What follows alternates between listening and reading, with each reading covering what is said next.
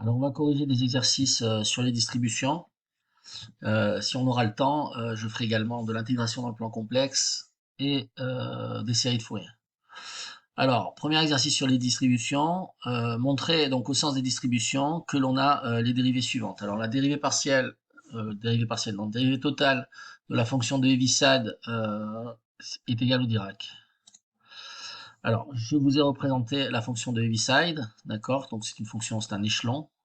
Donc, pour x négatif, ça vaut 0, et pour x strictement positif, ça vaut 1, avec une discontinuité clairement en 0. Alors, en fait, on va utiliser donc la relation qui nous dit que la distribution associée à h' delta, c'est l'opposé de la distribution associée à h delta prime. Donc on pose notre distribution, l'intégrale de moins l'infini à plus l'infini de h' de x delta de x dx est donc égale à moins l'intégrale de moins l'infini à plus l'infini de h de x delta prime de x dx, d'accord? Donc la dérivée du Dirac. Donc ça c'est une IPP que l'on va faire. On a donc que l'intégrale de moins l'infini à plus l'infini de la dérivée totale de Heaviside par rapport à x multiplié par phi de x dx est égale, donc c'est une IPP, à h de x, phi de x calculé entre ces bornes, entre moins l'infini plus l'infini, moins l'intégrale de moins l'infini à plus l'infini de h de x, phi prime de x dx, d'accord? Ceci est vrai pour toute fonction phi, fonction à support borné. Mais phi appartient à L1 de R, donc l'ensemble des fonctions intégrables sur R, mais à support borné. Et donc on a que la limite de h de x, phi de x, lorsque x tend à plus ou moins l'infini, est égale à 0 nécessairement.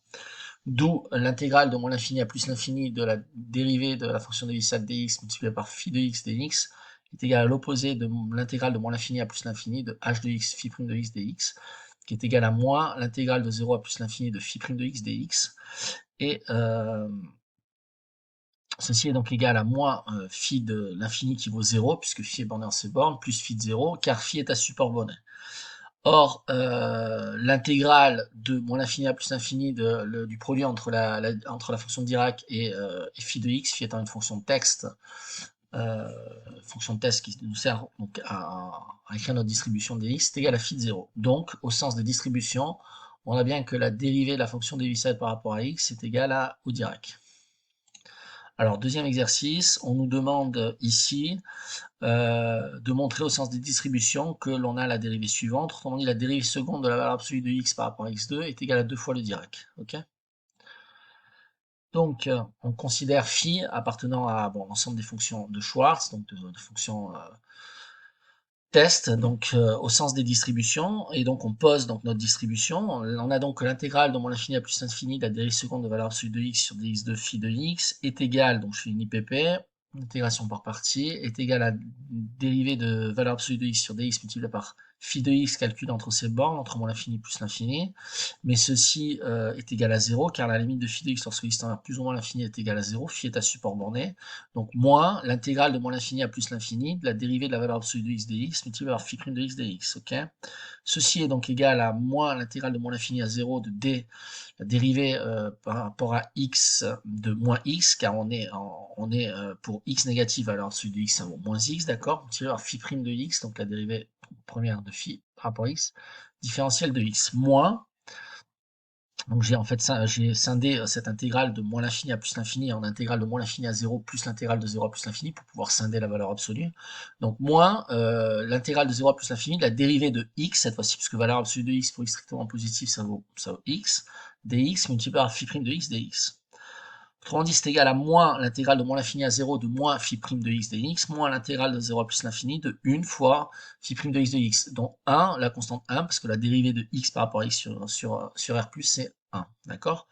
Donc c'est égal à plus l'intégrale de moins l'infini, donc donc donc c'est égal à plus l'intégrale de moins l'infini à 0 de phi prime de x dx, moins l'intégrale de 0 à plus l'infini de phi prime de 0 dx, de phi prime de x dx. Autrement dit, c'est égal à phi de 0 moins phi de l'infini. Phi est borné, donc phi de l'infini c'est 0, moins phi de l'infini plus phi de 0, c'est donc égal à 2 fois phi de 0, donc 2 fois phi de 0. Or, au sens des distributions,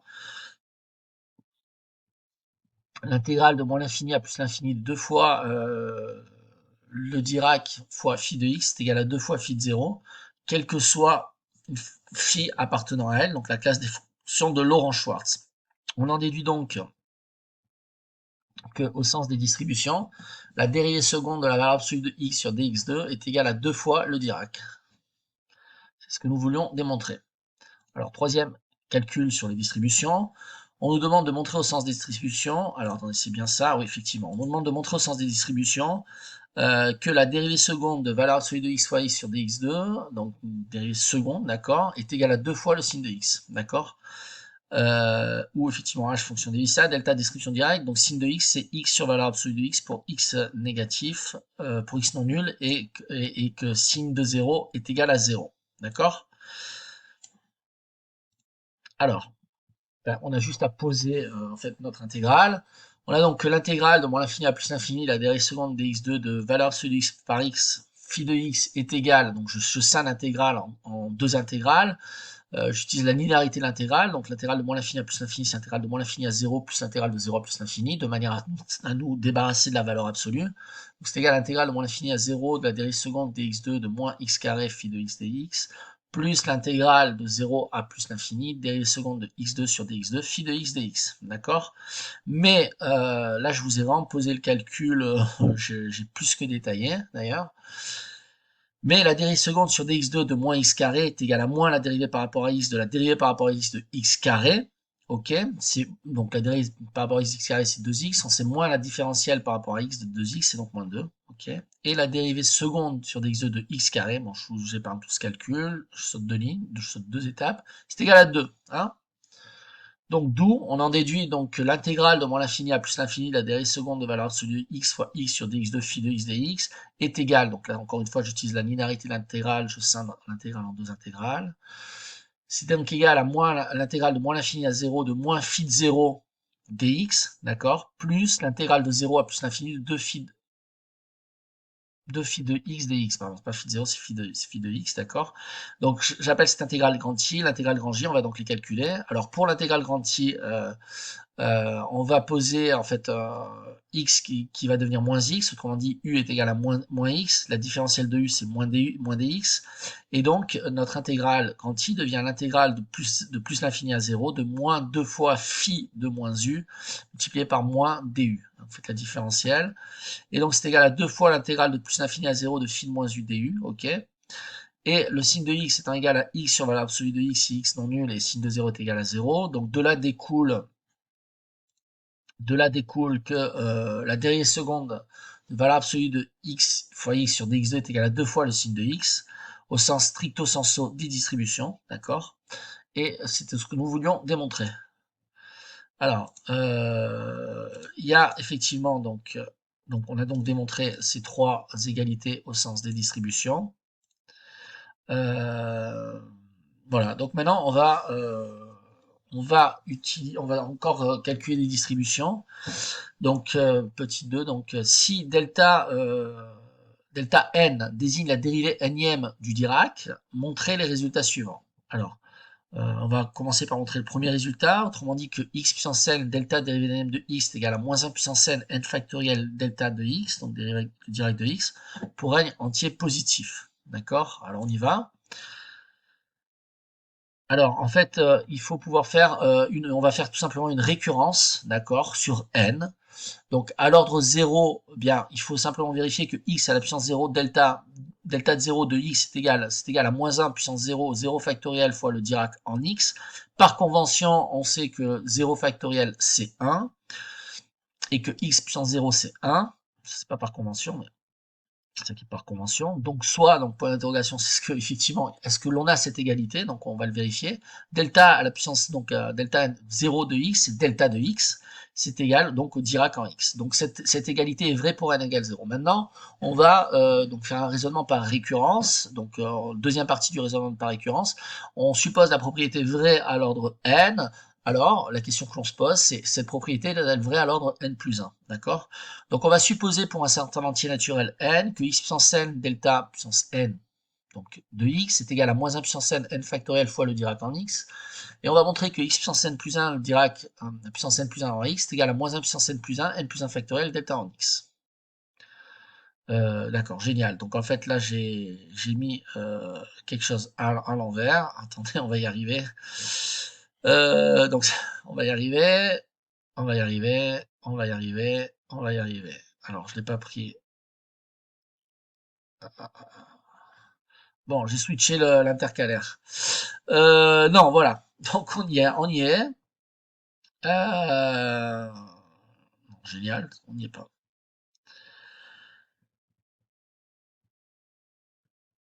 Ok, donc on en est là. Donc, au sens des distributions, on va calculer à l'ordre n.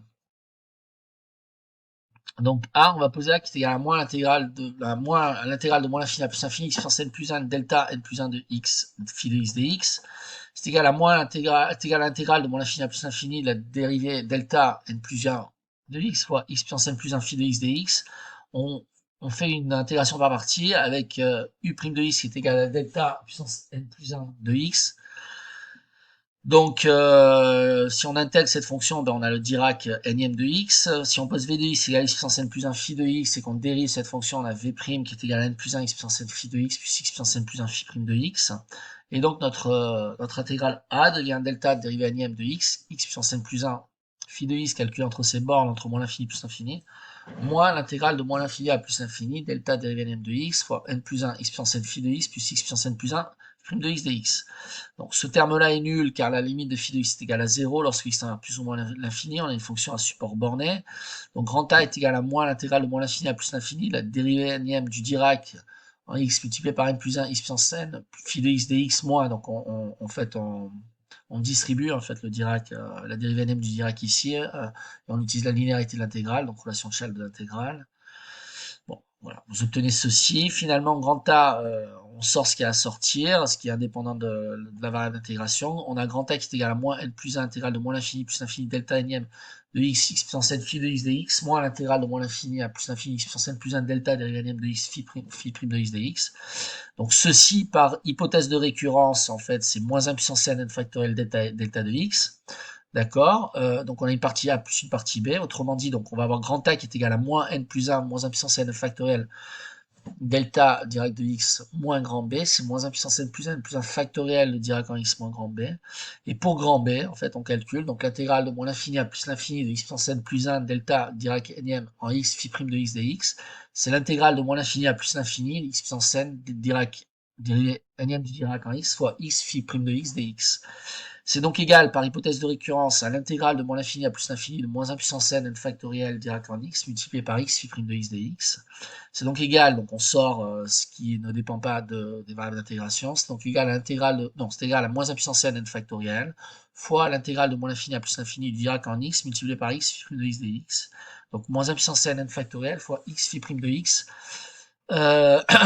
pour x calculé en x égale 0. Mais x phi prime de x calculé en x égale 0, c'est 0. Donc b est égal à 0.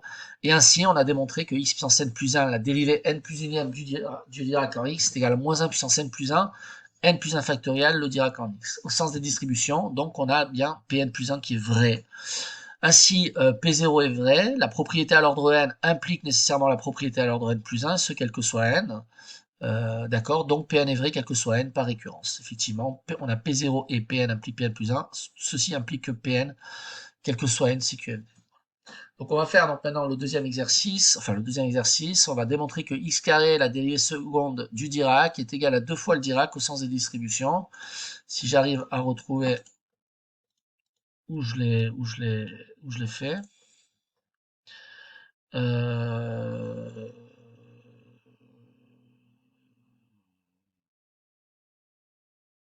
Ouais, bah écoutez, en fait, c'est ça. On l'a démontré en fait avec A et B, d'accord? Ben oui, effectivement, donc x seconde, dérivée seconde du Dirac est égal à 2 fois le Dirac. Donc, quel que soit phi, fonction test, on pose grand I qui est égal à l'intégrale de moins l'infini à plus l'infini de x carré, la dérivée seconde du Dirac fois phi de x dx. Ça, c'est égal à l'intégrale de moins l'infini à plus l'infini. Donc, dérivée seconde du Dirac, x carré phi de x dx. Hein, j'utilise la commutativité à l'intérieur de l'intégrale pour pouvoir apparaître des termes qui nous intéressent, en fait. Et donc, on va réaliser une intégration par partie en posant u de x égale x carré phi de x. Et v' de x égale la dérivée seconde du Dirac. Donc si on pose u de x égale x carré phi de x, alors lorsqu'on dérive u de x, on va avoir donc du 2x phi de x plus x carré phi prime de x, ok. Et si on intègre V', puisque V' c'est la dérivée seconde du Dirac, ben, en fait V, ça va être simplement la dérivée première du Dirac, ok? Donc notre intégrale grand I devient donc delta prime de x carré phi de x, calculé entre ces bornes, c'est-à-dire entre moins l'infini plus l'infini, moins l'intégrale de moins l'infini à plus l'infini, delta prime de x, 2x phi de x, plus x carré phi prime de x dx, d'accord? Car effectivement, donc ça je l'ai montré que phi est à support borné. On a donc i qui va se mettre sous la forme de deux intégrales, moins 2 fois grand A plus moins grand B, où grand A c'est l'intégrale de moins l'infini à plus l'infini, donc dérivée première du Dirac, x phi de x dx, et grand B c'est l'intégrale de moins l'infini à plus l'infini, dérivée première du Dirac, x carré phi prime de x dx. Donc on va poser donc u' égale delta prime, c'est naturellement ce que l'on doit poser, d'où u de x est égal au Dirac, si on intègre donc cette égalité entre deux fonctions, et entre deux fonctions de distribution. Donc v de x est égal à x phi de x, donc v' est égal à phi de x plus x phi prime de x, et donc grand A devient en fait le Dirac en x multiplié par x par phi de x, calcul entre ces bornes moins l'infini plus l'infini, ceci est égal à 0 parce que phi de l'infini c'est phi de moins l'infini c'est 0, la fonction est à support borné, d'accord, on peut l'écrire, c'est un peu un abus d'écriture mais on a le droit de l'écrire, moins l'intégrale de moins l'infini à plus l'infini, delta x phi de x plus delta de x, x phi prime de x dx, ok. Donc grand A est égal à moins l'intégrale de moins l'infini à plus l'infini delta de x phi de x dx, moins l'intégrale de moins l'infini à plus l'infini delta de x x phi prime de x dx. Grand A est égal à moins phi de 0, moins x phi prime de x calculé en x égale 0, c'est donc égal à moins phi de 0. Ok. Bon, il nous reste à montrer que x cube delta seconde de x égale 0, et j'espère que je l'ai scanné. J'ai un petit peu... Non, voilà, je l'ai bien scanné. Donc, x cube delta seconde de x est-il égal à 0 au sens des distributions? Bien, alors on va poser donc effectivement la distribution en question et on va voir si elle est nulle à l'issue des calculs. Donc c'est la méthodologie. Donc quel que soit phi appartenant à D, on va donc poser grand I qui est égal à l'intégrale de moins l'infini à plus l'infini de x cube delta seconde de x phi de x dx. Ceci est donc égal à l'intégrale de moins l'infini à plus l'infini de delta seconde de x cube phi de x dx. Donc on utilise la commutativité à l'intérieur de l'intégrale de manière à pouvoir calculer cette intégrale de manière intelligente, enfin de manière voilà, la plus judicieuse possible. Donc on fait une intégration par partie, on pose donc u' de x est égal aux dérivées secondes du Dirac. Donc après première intégration, u de x c'est la dérivée première du Dirac, et v de x est égal à x cube par notre fonction de texte, phi évalué en x. Donc on dérive v de x, on a v' de x qui est égal à 3x carré phi de x plus x cube phi prime de x, ok. D'où on en déduit que notre première intégrale grand I est donc égal à delta prime de x, x cube phi de x calculé entre ces bornes, c'est-à-dire entre moins l'infini plus l'infini. Ceci est égal à 0 car phi de l'infini c'est phi de moins d'infini, ça tend vers 0. L'infini est à support borné.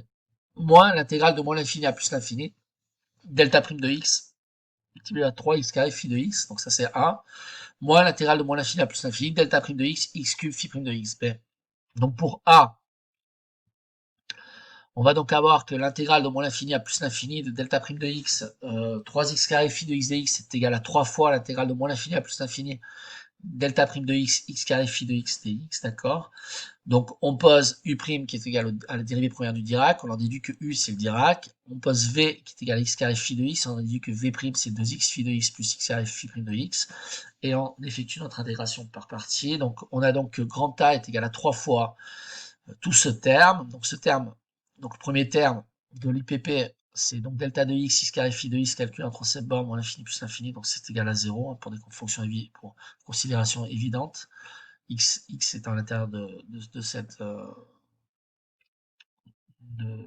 cette écriture, de ce calcul, moins l'intégrale de moins l'infini à plus l'infini, donc du Dirac en x multiplié par 2x phi de x, moins l'intégrale de moins l'infini à plus l'infini, du Dirac en x multiplié par x carré phi prime de x. Donc avec l'intégrale de moins l'infini à plus l'infini du Dirac en x multiplié par 2x fois la fonction test phi de x, différentiel de x est égal à 2 fois x, phi évalué en x, le tout évalué en x égale 0, qui est égal à 0. Donc ceci est donc égal à 2 fois 0, hein, puisque 2 fois 0, x égale 0, fois phi de 0, bien évidemment, multiplié par 0, c'est égal à 0. Donc pour B maintenant, eh bien, On va avoir l'intégrale de moins l'infini à plus l'infini delta prime de x, x carré, phi prime de x dx, donc pareil, pp aussi. U prime de x, c'est delta prime de x. V de x, c'est x carré, phi prime de x, donc on a dit que u de x, c'est égal au Dirac. V prime, c'est 2x, phi prime de x, plus x carré, phi seconde de x, ok. Soit b qui est égal à donc delta de x, x carré, phi prime de x, calculé entre moins l'infini plus l'infini, donc c'est 0, moins l'intégrale de moins l'infini à plus l'infini, delta de x, 2x, phi prime de x, plus delta de x, x carré, phi seconde de x. On a donc phi, phi prime, phi seconde, phi jusqu'à dérivanium qui appartient à l'ensemble à L1, sont des fonctions de test, fonctions à support borné. Donc grand B, on le calcule comme suit. Grand B, c'est moins l'intégrale de moins l'infini à plus l'infini delta de x, 2x, phi prime de x dx, moins l'intégrale de moins l'infini à plus l'infini delta de x, x carré, phi seconde de x dx. C'est égal à moins 2x, phi prime de x, calculant x égale 0, moins x carré, phi seconde de x, calculant x égale 0. C'est donc égal à 0 plus 0, c'est égal à 0. Donc B est égal à 0. On en déduit donc AI va se calculer donc comme étant égal à moins 2 fois grand A, c'est moins 2 fois phi de 0, moins 2 fois moins phi de 0, c'est 2 fois phi de 0. Ainsi, au sens des distributions, on a bien vérifié que x carré multiplié par la dérivée seconde du Dirac, c'est 2 fois le Dirac. Voilà. Bon, j'ai des exercices sur les séries de Fourier et sur l'intégration dans le plan complexe. Je ferai une vidéo spécifique là-dessus et on s'arrête là.